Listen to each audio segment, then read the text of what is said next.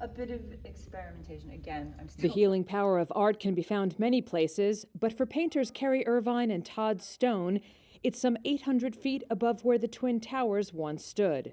The two are among several artists who have been given rent-free studio space inside 3 World Trade Center. Todd Stone is on the 71st floor, Kerry Irvine on the 80th, both offering spectacular views and the solace of being near sacred ground.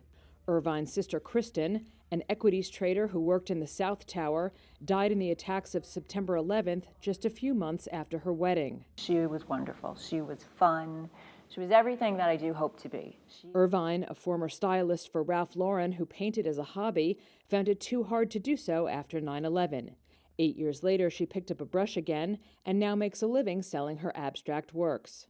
Entering the building each day, she passes her sister's name, now etched in the nearby 9/11 memorial. I do believe working in these studios, in these buildings, has been the last step of my healing. It really helped to bring closure. This is not a scary place for me down here. I'm very at peace. In the morning, I can touch her name, come in and work. When those first cranes arrived, for me, these were like a ladder between heaven and earth. It was like a healing thing. Stone is a survivor of 9/11 who lived just a few blocks away with his wife when the towers fell. His painting's now largely a reflection of that time. You know, I am still fully moved when I come down to the Trade Center. I have 3 paintings that I'm working on that were inspired by 9/11. I feel it. I feel a place in this community, that I'm part of this rebuilding effort. I see that there's a role for me here. His and Irvine's studios come courtesy of billionaire real estate mogul Larry Silverstein and his company Silverstein Properties, who offer vast raw space to artists until the floors are leased.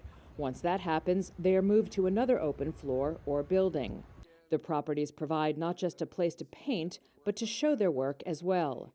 Stone's exhibit, Renewal, runs through October 3rd in a gallery within the World Trade Center transportation hub, Oculus. It documents the 20-year rebuilding effort in Lower Manhattan.